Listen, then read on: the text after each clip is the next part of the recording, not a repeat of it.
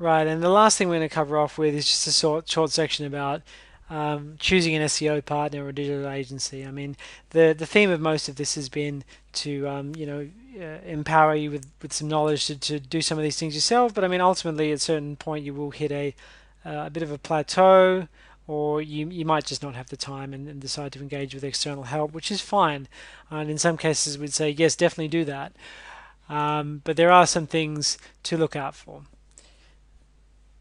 So, first of all, how do you choose an SEO partner? I mean, ideally, the thing to keep in mind is that a good SEO partner or agency will be someone who has a long-term relationship with your business. I mean, SEO is a thing that takes time, as we mentioned earlier. You could expect you could be working in the range of like 4 to 12 months plus to see some real results.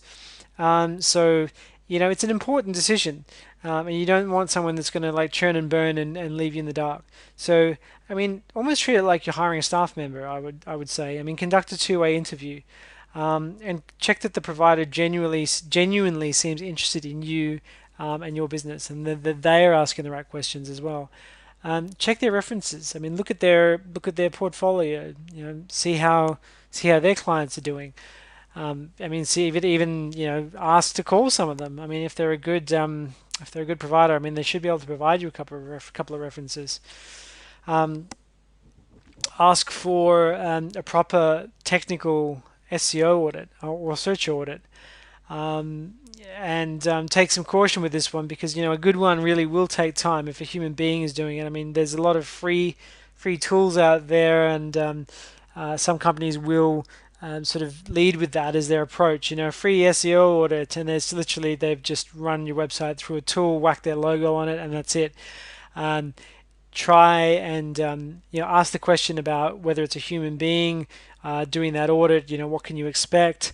And if you have to pay for it, I mean that's probably a better option. I mean you can use one of these tools for yourself. You don't need someone to do it and then try and sort of sell you on that.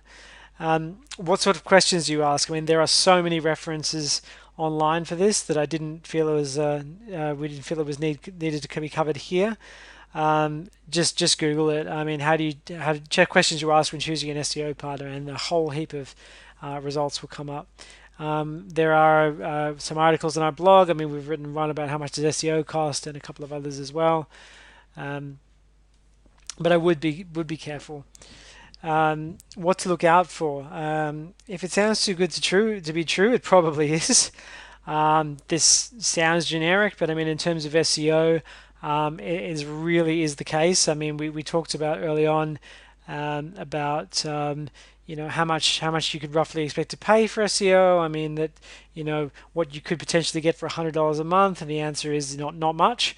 And I mean, anyone promising you more than that is either lying to you, and they're just collecting your money every month, or they've got some amazing new technology that I or Google don't know about yet. Um, there are no guarantees in Google. Beware of anyone promising that they will get you on the first page of organic listings or something to that effect. It's actually against Google's terms and conditions to do that in any case, and it's just also not a possible thing to do. I mean, Google determines how websites rank depending on a number of factors, and this changes all the time. Um, no one can promise it. I mean, you're basically your agency and everyone else out there are at the mercy of Google, really. So no one can promise that. Um, if they offer you opinions on things and things that you should be doing to your website, shouldn't be doing, um, I would always suggest that those should be backed up by an article on Google or some sort of reputable source, not just an opinion. I mean, it's an industry that's full of opinions, because there is no written rule book on this, and it is a lot of people's inferences and sort of ideas on what is and isn't right. I mean, it's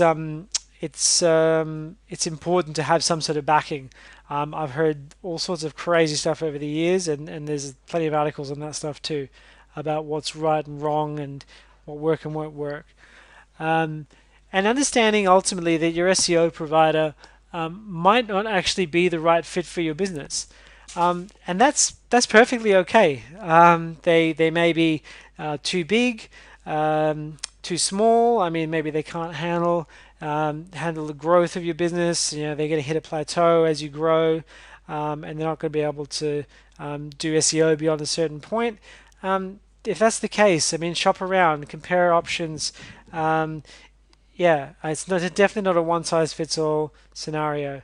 Certain businesses have different ways of managing it. I mean, and certain agencies have different ways of working. Some provide more touch, some provide less. Yeah, just understand that there's a whole variety out there, and shop around is what I'd recommend. And just to finish up, so there's just a section towards the end here. I mean, we'll copy paste all these um, into the notes section. I mean, we've got some links throughout there, some specific ones from this section, and some Google videos around that. Definitely check out. There's a section, a series on YouTube from Google themselves about bringing your local business online. It's a series of 5 or 6 videos. Definitely worth a watch. Google's video how to hire an SEO, which was on the last slide. One of the last slides is a great summary, and it's coming directly from Google as well. And then the video we mentioned in one of the earlier sections about what to do when you can't find your business on Google, and what some of the reasons for that may or may not be. Bit of a plug at the end. Our blog, our social media. We're on Twitter or Facebook. And we try to update our blog fairly regularly. So hit us up on there. Feel free to comment, add things. We're happy to hear more from you. So thanks for listening, and good night.